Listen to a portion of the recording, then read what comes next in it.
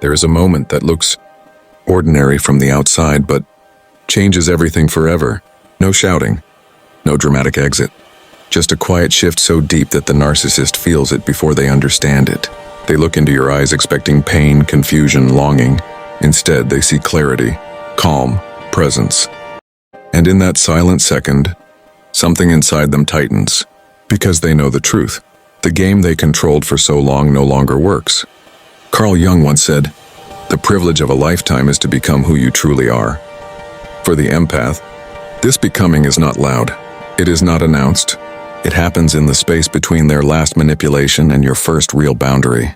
It happens when you stop explaining yourself. When you stop bending. When you stop translating their chaos into meaning. The narcissist built their power on your softness, on your willingness to self-reflect endlessly, to doubt yourself, to carry emotional weight that was never yours.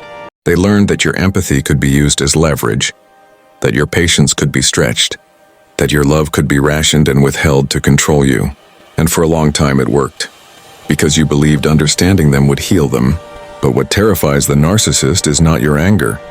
Anger is still connection, still energy, still proof they matter. What breaks their grip is your silence. Not the silence of fear, but the silence of someone who has finally stopped participating. You no longer chase clarity in their withdrawal. You no longer rewrite your memory to fit their story. You no longer negotiate with reality. Jung warned that until the unconscious is made conscious, it will rule your life and you will call it fate. The awakened empath stops calling manipulation fate. They name it. They see it. And then they choose differently. Not loudly, not dramatically, simply firmly. You are their mirror, the one who reflected their charm, their importance, their false goodness. But transformation begins when you stop reflecting illusion and start reflecting truth. When admiration turns into discernment, when devotion turns into distance, and when they look at you and no longer see supply, but independence, something inside them begins to panic. They try again. The charm returns. The promises soften. The apologies sound poetic. But you feel it now. The pattern beneath the performance. You have seen behind the curtain, and once you see it, you cannot unsee it. You are calm not because you are cold, but because you are clear. And clarity is the one thing they cannot control. There comes a moment when the narcissist's eyes change. It might happen mid-conversation, when you respond with a boundary instead of an explanation, or when they realize your life no longer revolves around their approval, or when they reach for old strings and find nothing attached.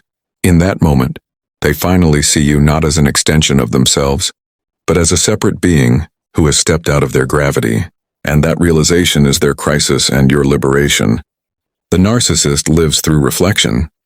When the mirror walks away, they are left alone with the emptiness they spent their life avoiding. This is why they escalate.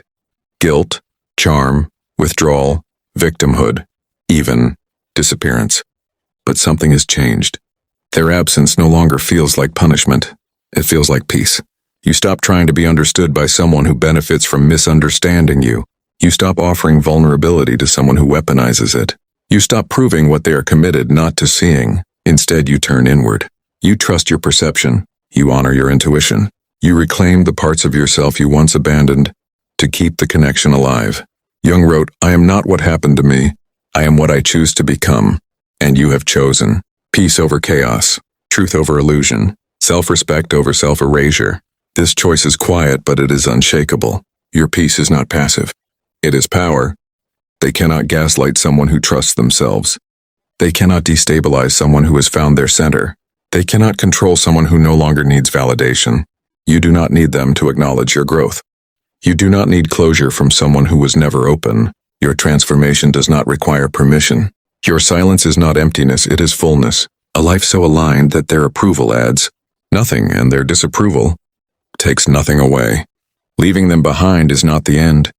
It is the return to your wholeness, the return to a self that was never broken, only buried. You did not lose anything real. You gained yourself.